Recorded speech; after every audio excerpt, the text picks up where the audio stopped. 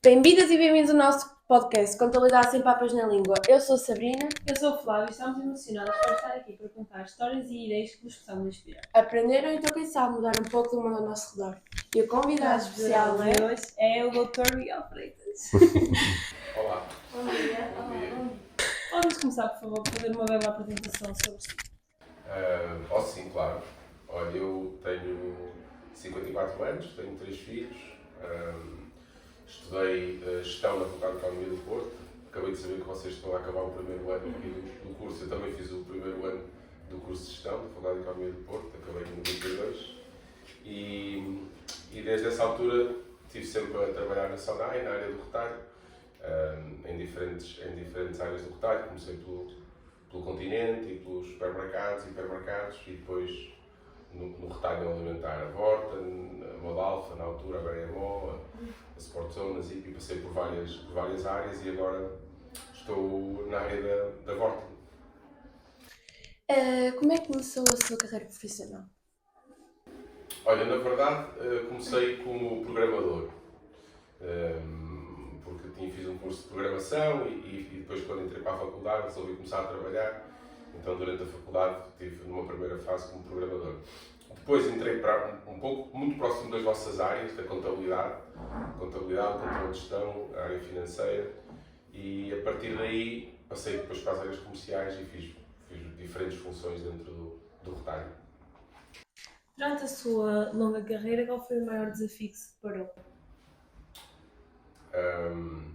Foram vários. Participei, mudei muitas vezes a minha carreira, vivi um período muito forte da economia portuguesa, nos anos 90, quando comecei a trabalhar, e depois, a princípio deste século, e como a economia estava muito dinâmica, e mudei muitas funções. Talvez o maior desafio tenha sido a entrada da Vorten em Espanha. Compramos uma empresa no mercado novo, mudar a marca da empresa que tínhamos comprado para a Vorten. Foi assim, a entrada no mercado espanhol foi um desafio muito engraçado. Digamos que sim. Qual é a sua opinião sobre a economia deste país neste momento? Olha, eu acho que os sinais são positivos. Alguma instabilidade, particularmente política, mas a economia tem estado com muito bom desempenho. Nós vivemos os últimos 15 anos, talvez, não é? De umas crises bem complicadas, e que soubemos superar, talvez com aprendizagens importantes. E acho que o crescimento da economia está bastante saudável. Sou otimista, acho que há muitas condições para Portugal conseguir agora um caminho de melhoria e de aproximação aos níveis dos países mais desenvolvidos na Europa. Acho que há sinais para isso. Parece haver um problema, há um problema grave na habitação que temos que saber resolver, mas a subida que foi feita no salário mínimo acho que ajudou a economia a desenvolver-se e o país a ficar mais robusto. E acha que neste momento podemos dizer que a inflação está controlada?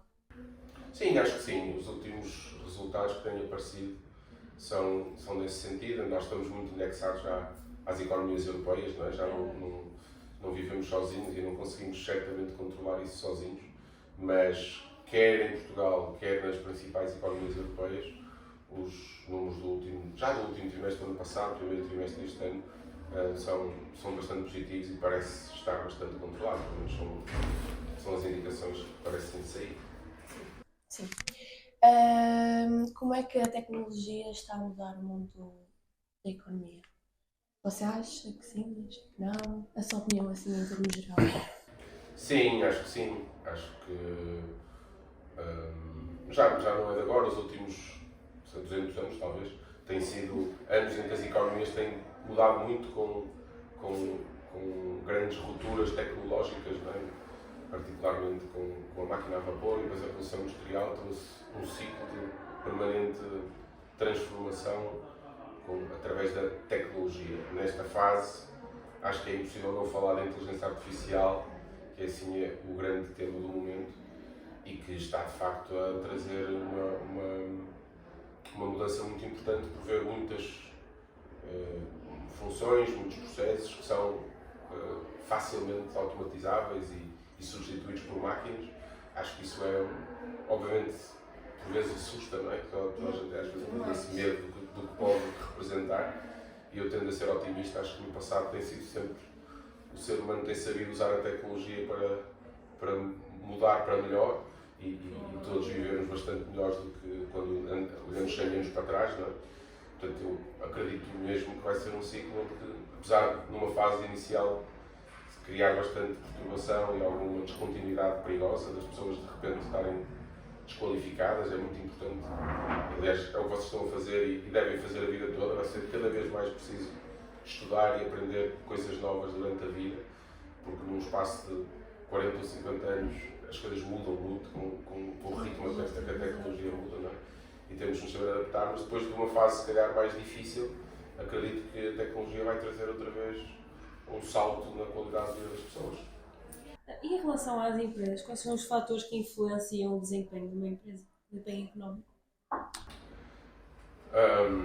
Eu acho que aí a resposta mais, se calhar mais agregadora são as pessoas, não é?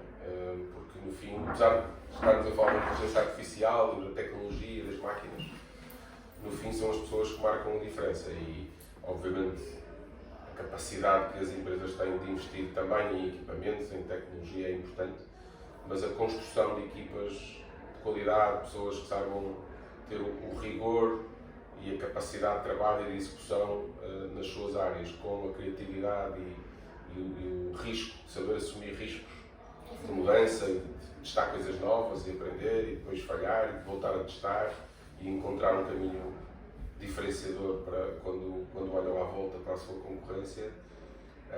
É isso. Eu acho que até cada vez mais é isso que faz mais a diferença quando se vêem as empresas que mais sucesso têm. Quais são as principais características que um economista tem que ter?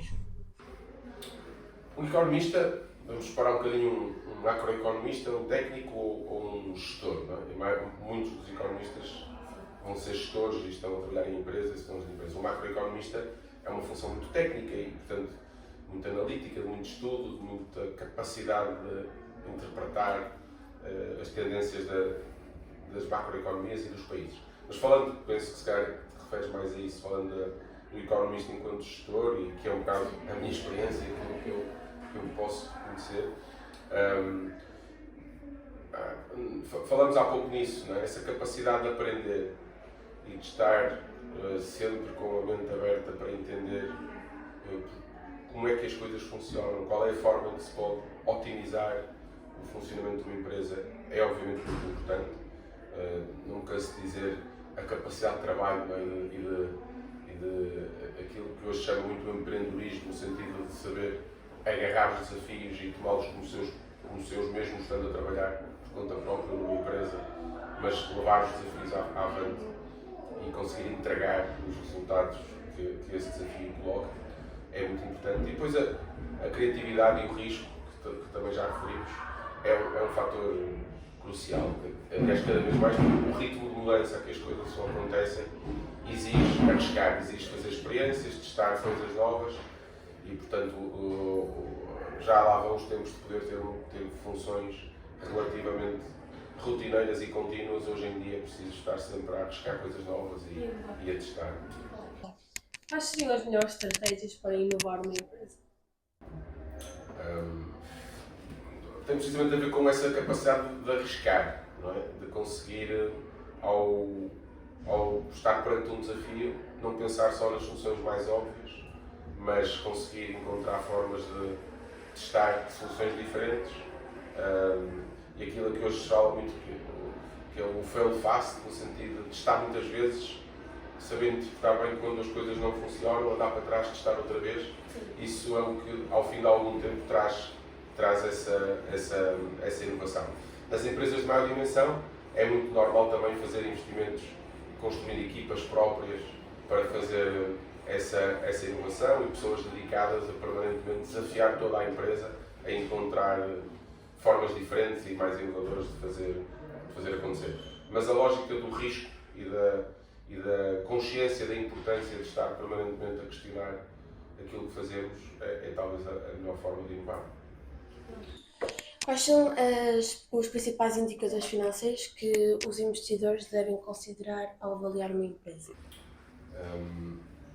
Cada setor tem, por vezes, alguns indicadores muito próprios desse setor. Por exemplo, dizia-vos que a minha experiência é no retalho, na distribuição, e indicadores como vendas por metro quadrado, por exemplo, é um indicador muito importante para esse setor, porque no fundo é utilizar o espaço, particularmente do retalho físico, das lojas físicas, para poder otimizar a produtividade desse espaço.